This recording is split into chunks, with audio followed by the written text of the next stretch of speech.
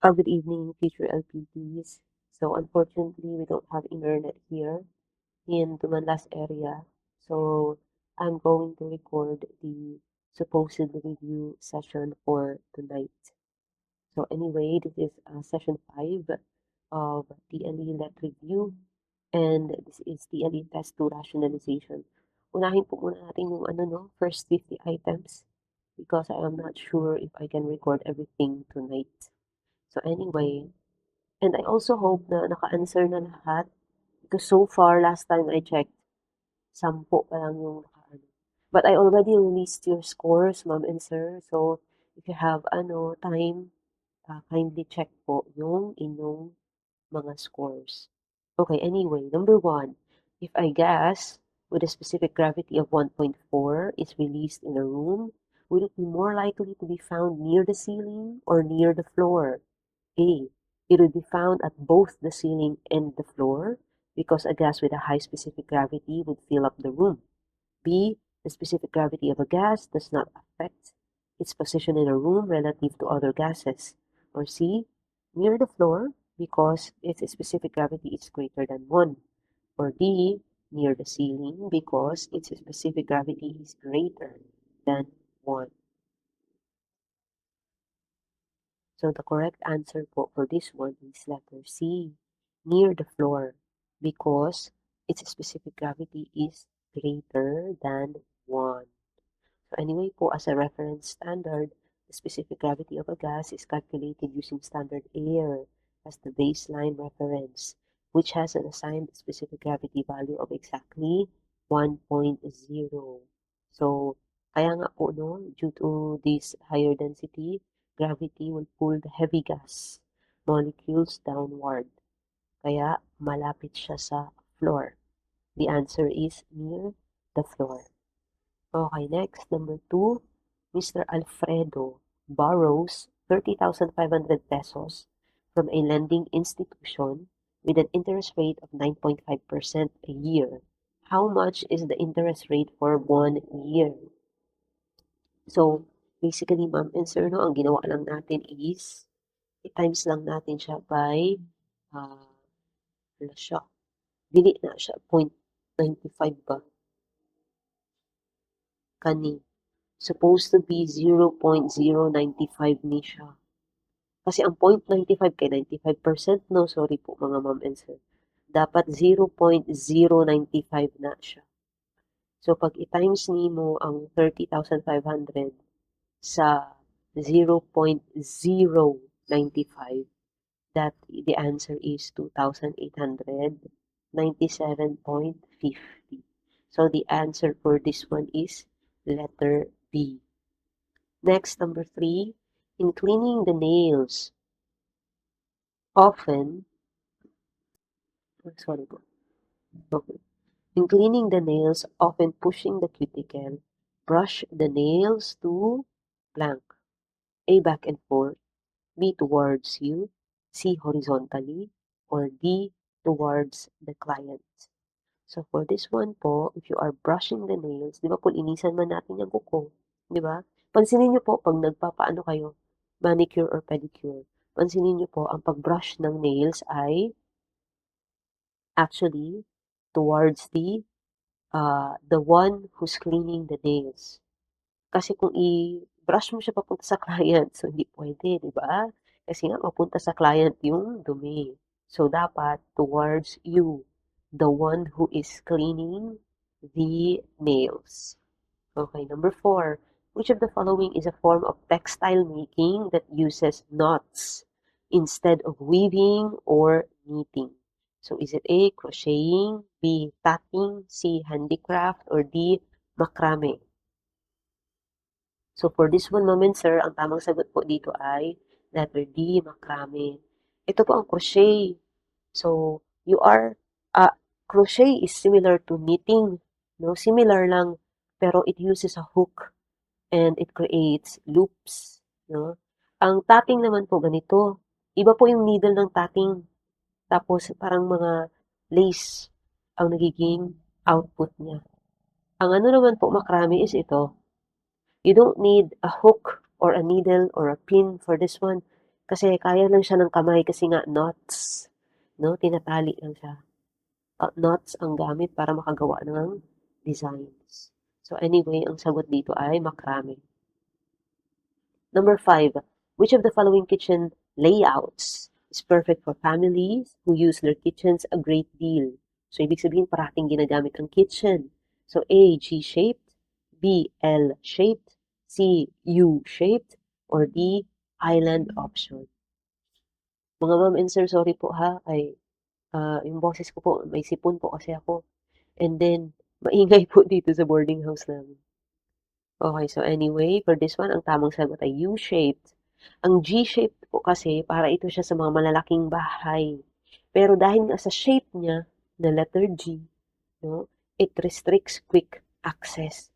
Para ito sa mga may specific na mga tao sa kusina na sila lang yung nandoon. No? Ang L-shaped naman is primarily used for flexibility and typically used for small spaces. Ang island option naman, it's not exactly a layout. It's an add-on, no? Supplementary feature siya ng kitchen. Next, number 6, this is the agency that imposes governing rules and regulations that ensure safety and fire-free environment. Okay, so alam na ito ng lahat. It is the Bureau of Fire Protection. Ang PNP, Philippine National Police. Ang DPWH, Department of Public Works and Highways. Ang PEC, it's not an agency. It's a code. It's a document. Philippine Electrical Code. It's not an agency, but rather it's a document. Okay, number 7. What is the third step in the 5S system? A. Say so shine. B. Seton, set in order. C. Shitsuke, sustain. Or D. Seiri, sort. So, for sure, alam niyo ito mga ma'am and sir kasi nga, na ano to, na-discuss ito sa Prof. Ed, right? So, the correct answer for this one is shine or say so. Ma'am and sir, may naglabas ba na ganito sa exam? Pero ang options ay wala yung English part. Yung Japanese part ang meron.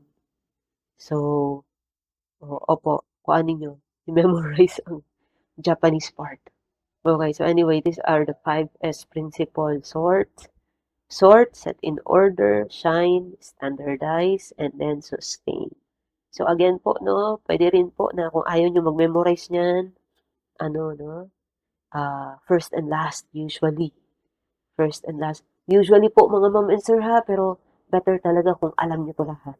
Mas better talaga kung kabisado ninyo ang mga bagay-bagay. Okay, number 8. How many bytes are there in 5 KB file? A50, B512, C5000, or D 5120? So the correct answer po is 5120. Hindi po kasi yan talaga as in sa binary system po kasi no, hindi siya as in totally 5,000 or by tens. Hindi po by tens ang bilangan no sa binary system. Pag i-convert mo siya into decimal, it is to the power of 2 to the power of x. So for example, i-times 2 mo lang siya. Yun ang ibig kong sabihin, ma'am and sir. So mag-start ka sa 1 times 2, 2 times 2, 4 times 2, 8 times 2, 16 times 2, 32 times 2, 64 times 2, 128 times 2, 256 times 2, 512 times 2, 1,024. So, ibig sabihin po, like for example, when you say 1,000 kilobytes, hindi mo lang siya i-times to 1,000 lang din. Dahil naisip lang natin na kilobyte man. So, 1,000 lang. 1,000 times 5, hindi po. So, ang gina-times mo doon actually is 512. Kaya siya naging 5,120. Okay. So, I hope na intindihan niyo po yung, tawag dito, yung conversion. Kaya po 5120 ang sagot dito na part. How many bytes are there in 5 KB? Number 9. Which type of preventive maintenance triggers a maintenance action when asset usage hits a certain benchmark. So, nandoon na mismo sa tanong, ma'am and sir, no? Paggamit mo yung isang bagay na ginagamit sa isang business firm, yung isang asset, tapos yung usage hits a certain benchmark. So, obviously, it is usage-based na preventive maintenance. Pag for example, ang printer, pag naka 1,000 pages na yung pag-print niya, so meron na kayong preventive maintenance noon. Ano yung nag-trigger ng maintenance? The usage hits a certain benchmark, which is 1,000 pages ang na-print ng printer. Next, what is modified when changing the system startup boot sequence? So this is for ICT people, and I'm sure alam nito lahat ng mga no, ni Sir Dan at saka ni Sir Ren. So ang mababago when you are modifying something in the startup boot sequence, ang nababago ay yung BIOS or the basic input-output system. Ayan. So ito po yung itsura ng BIOS Boot Up Utility, Setup Utility. Dito po binabago-bago ng mga computer technician or ICT personnel pag kailangan nila mag-reformat, ganyan, no? So babaguhin nila yung boot sequence. As you can see, ito po, no? Yan yung primary. Itong primary strip, secondary master. Dito nyo po kasi pwedeng sabihin or specify sa computer, ito pag-click nyo ng boot, kasi 'di ba may main, may advanced, may security, may boot. Pag-click nyo ng boot, may lalabas dito na alin yung first na basahin ng computer. So, pwede nyong piliin yung hard drive or local disk C ba, kung ano ba yung pwede dyan. Pero pag magre-reformat ka, so babaguhin mo yung boot sequence, ang unahin mo yung either CD, kung CD na installer ang gamit mo, or flash drive, kung flash drive na installer ang gamit mo. So, BIOS ang nababago. Next, number 11, in planning training session, Mr. Vargas will identify the learner's characteristics, learning styles, and training needs. What principle is being emphasized on this? So, for this one, ma'am and sir, ang tamang kasagutan po dito ay training delivery is individualized and self-paced. Kasi kung yung isa po, yung training allows multiple entry and exit, so hindi na kailangan alamin pa ni trainer kung ano yung characteristics ng tao. Kasi multiple entry and exit, it depends on the competencies. And then allows for recognition of prior learning, no? So, ibig sabihin, hindi yung characteristics ng learner ang i-check ni trainer, but rather, yung kanyang prior knowledge or yung kanyang prior learning. No? So, hindi siya kailangan malaman yung characteristics. Okay? Ang training naman is based on work that must be performed. This is the competency-based evaluation. So, hindi again kailangan malaman yung characteristic ng learner doon. So, ang correct answer is letter B.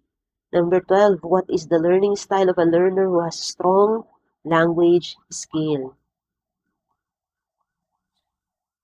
So, ito po ay no? Okay, I'm sorry for that one. Okay, so ito po ay multiple intelligences, no? So anyway, for this one, ang sagot ay auditory. So anything po with oral communication or language skills, no? That is auditory. Pag visual, ito yung mga magagaling sa puzzle, magaling makakita, visual spatial, no? Spatial na S-P-A-T-I-A-L, yung madaling makagets ng layout ng building, and 3D mag-isip, yan sila yung visual spatial. Ang bodily kinesthetic naman, yung mas gusto nila ginagawa ang mga bagay-bagay bago sila natututo. Intrapersonal is, you know yourself.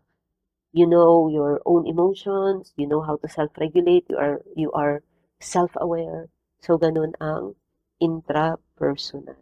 Okay, so for this one, auditory ang tamang sagot. Number 13, what is the ratio between tin and lead in welding?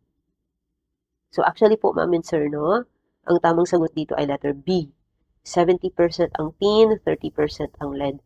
But kung i-google nyo ito, ma'am and sir, ang maglabas po ay something around 63% ang tin, 37% ang lead. Parang ganun po ang lumalabas, no? Ang main point is that mas malaki ang proportion ng tin kaysa sa lead. Yun po ang main point doon. So, it might, baka may makakita kayo ng ibang sagot sa ibang reviewer, no? But the main point is that dapat mas malaki yung proportion ng tin kaysa sa lead.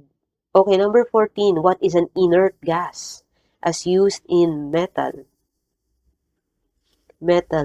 Inert gas or MIG welding. So A, a gas that cools the weld zone to prevent cracking. B, a gas that prevents porosity by burning a hot neutral flame. C, a gas that does not chemically react with other elements to help produce a quality weld. Or D, a gas that heats up the weld zone to create a better quality weld. So when you say inert, no, inert gas, ito yung mga noble gas, no, yung mga tawag dito, yung mga gas sa periodic table na kumpleto na yung valence electron. Hindi na nila kailangan hindi naman sa hindi kailangan, pero kumpleto na kasi yung valence electron nila. So, they are non-reactive. No? Hindi sila highly reactive, but non-reactive sila. So, yung tamang sagot po dito mga maminser is ito, letter C. A gas that does not chemically react with other elements to help produce a quality weld. Okay, so yan po ang inert gas. Number 15, which refers to the number of times per second that an alternating current flows back and forth. So is it amplitude, pulse rate, frequency, or wavelength? So for number 15, ang tamang sagot po ay frequency. Kasi ang amplitude, yun yung maximum height of a wave. Ang pulse rate naman, it's just a distractor po. That is the heartbeat, no, ang pulse rate. And then, ang wavelength naman, physical distance between two matching wave parts. For example, kung yung top of the wave, papunta naman sa next, the wave, top of the wave din, yung axis niya. So, yun na part, no, yung distance between those two waves, that is what you call the wavelength. Number 16, what is the range of the normal pulse rate of an adult goat? A, 60 to 70, B, 70 to 80, C, 90 to 100, or D, 100 to 110 beats per minute. So, apparently po, 70 to 80 beats per minute ang pulse rate ng isang adult na goat. Pag tao, iba, no? Pag tao naman, iba. If I'm not mistaken, 70 to 80 ang female. Tapos mas mataas yung pulse rate ng lalaki. Umaabot ata 90. Depende ata sa gender. Mas mataas yung sa lalaki. Yun po yung maalala ko. Number 17, sequence the steps to check tire pressure of a vehicle. So, number 1, check tire pressure with a gauge. 2, start with cold tires. 3, fill tire to the recommended PSI. 4, determine the proper PSI. Number 5, recheck tire pressure. So, for this one, ang tamang sequence po ay, una, number 2, start with cold tires. No? So, wag mo munang paandarin yung sasakyan. Number 4, determine the proper PSI. Para sa specific tire din ha. Kasi iba-ibang tire, iba-iba ang PSI. And then number 1, check tire pressure with a gauge. And then number 3, fill tire to the recommended PSI. Ayun na, no? I-fill mo na yung tire. And last but not the least, i-check mo ulit kung okay na yung tire pressure. So, yun po, no? 2, 4, 1, 3, 5. The correct answer for number 17 is letter B. Next, number 18. What do you call an electrode oven with a maintaining temperature of 70 degrees Celsius plus or minus 10? So, ang tamang sagot po dito ay portable oven. Ang drying oven po kasi is mataas. Kasi nga, drying na siya, no? So, it's like makaabot po talaga ng mga 250 pataas. 250 to 550 degrees Celsius. Ang holding oven naman, Similar siya sa portable, no? 70 degrees to 150. Pero ang portable po kasi, 70 degrees plus minus 10. Yun po yung pinaka-main difference nila po. 70 plus minus 10. Ang heating oven naman in between the drying and holding. So, 150 to 250. 150 to 250 degrees ang heating oven. Okay, number 19. What is the best method for removing moisture in lumbers? Air drying ba? B. Solar drying. C. Steam drying. Or D. Kiln drying. So, ang tamang sagot po dito, ma'am and sir, is kiln drying. Although, okay, good, ma'am and sir. Okay, preferable din actually ang air drying. It's just that, pag sinasabi nating best method, aside from, tawag dito, matanggal din kasi talaga ang lahat ng moisture sa air drying, matagal lang talaga siya. Yun ang problema sa air drying. Matagal siya, it takes time. So, kung gusto mo na matanggal lahat ng moisture at mabilis, so kiln drying ang best method. Number 20, the systematic collection and analysis of data needed to make decisions whether a trainee is competent or not yet competent is the blank. A. Competency evaluation. B. Demonstration method. C. Interview or questioning. Or D. Performance test. So, as you can see po, ma'am and sir, no, nasa tanong na kung competent pa ba siya or hindi competent. So, letter A po ang tamang sagot. And as you can see din, mga ma'am and sir, the rest of the options, no, demonstration, interview questioning, performance test, those are all part of the assessment kung paano mo i-evaluate ang isang trainee. So, under siya sa competency evaluation. Number 21, plants undergo several stages of growth and development such as blank, reproductive, ripening, and blank. So, ito po yung stage growth ng plants. So, ano po yung mga nakalagay sa blank? For this one, the correct answer is letter C. Vegetative at saka senescency. So, ibig sabihin po, no, natandaan nyo na lang din po, stages of growth ng plants. So, mauna yung vegetative, reproductive, nag-ripe na siya hanggang sa senescency. Ang senescency po is like, no, nag-decline. Nag-decline na siya, nag-retire. Ganun ang dating ng senescency na word. Number 22, which plants adapt to low light intensity or shade? So, is it a mesophyte, a lithophyte, psiophyte, or xerophyte? So, for this one, ang tamang sagot po ay psiophyte.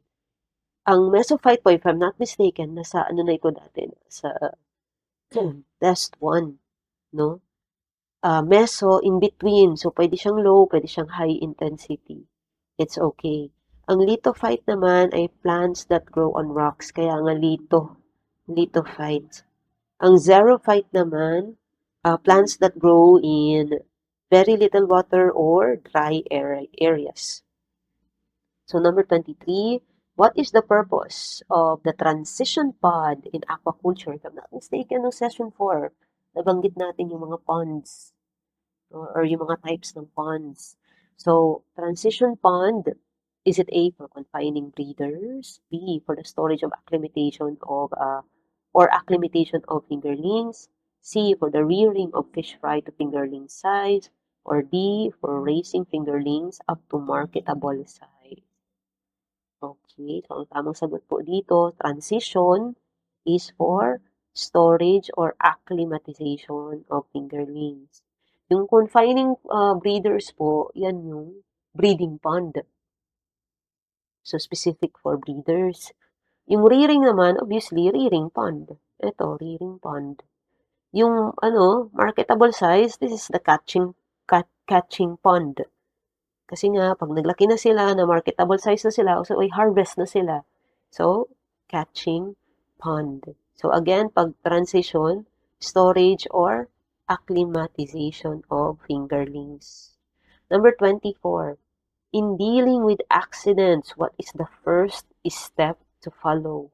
So, any type of accident po ito, no? So, ang tamang sagot po dito, ma'am and sir, ay keep calm and don't panic. Kailangan i-remind ang sarili na mag-keep calm ka muna, no? Bago mag-apply ng first aid, bago dalhin ang biktima sa nearest clinic or mag-report immediately to the person, ikaw muna, keep calm and don't panic. And actually, ang number 2 po nito is assess. Assess the situation. Hindi naman agad-agad na maka-report ka sa right person hangga't hindi mo pa na-assess kung ano yung nangyari, ano yung sitwasyon. Okay, number 25. Which type of hard hats are intended to reduce the force of impact resulting from a blow only to the top of the head? So, only to the top of the head. Is it A, type 1, type 2, type 3, or type 4? So, for this one po, ang tamang sagot ay type 1. No? Kasi very specific po ang type 1. Ito po siya, top only protection. Ang type 2 naman po, mayroon siyang lateral protection sa gilid. Ayan. Mayroon siyang lateral and vertical impact protection. Since ang tanong ay specific, no? Very specific, impact resulting from a blow only to the top of the head. So, ang tamang sagot po dito ay type 1. So, dito po muna, I will be uploading mamaya the items number 26 to 50. Again, I am sorry mga ma'am and sir. I am not feeling well po kasi. So, I really hope kahit ganito yung boses ko, may maitulong pa rin po sa inyo. I will upload po later, hopefully. Sige po, ito po muna ang part 1.